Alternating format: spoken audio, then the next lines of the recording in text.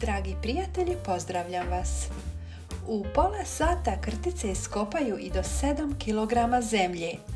Iako su krtice većinom mesožderi i ne uzimaju biljnu hranu, ipak povremeno mogu oštetiti korijene nekih biljaka, no većinom krtičnjaci smetaju samo zbog estetskih razloga.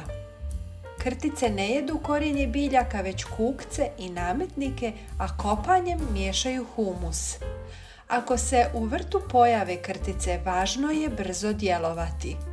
Lakše se riješiti nove krtice nego one koja se udomaćila.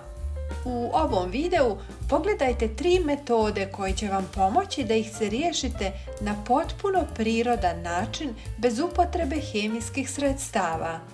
A vi, dragi prijatelji, ako još niste, pretplatite se na naš kanal kako biste pratili sve naše korisne savjete. Pa idemo na video. Iako nisu dobrodošle u naše dvorište i vrt, većina ljudi ih nikad nije ni vidjela. Jedini vidljivi znak su krtičnjaci koji se zatim pojavljuju jedan za drugim na travnjaku i gredicama.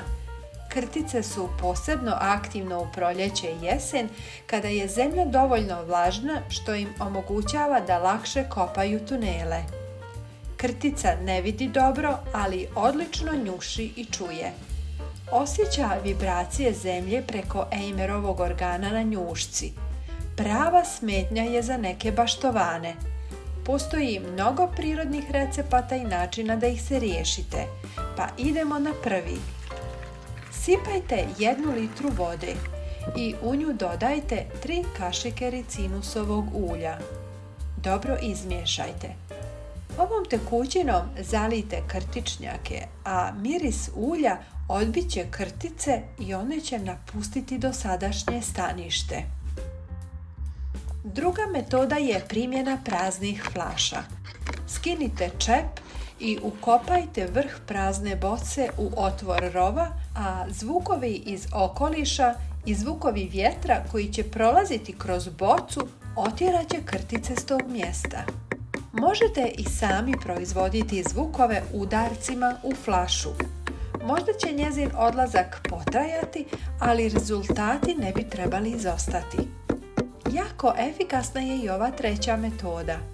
Zabodite željezne šipke u gomile i često ih udarajte čekićem. Buka i vibracije u tlu su neugodne za krtice. Ne mogu ih podnijeti i one napuštaju takva mjesta odlazeći na mirnije teritorije. Dragi prijatelji, pošaljite ovaj video i vašim prijateljima na društvenim mrežama. Hvala vam na gledanju.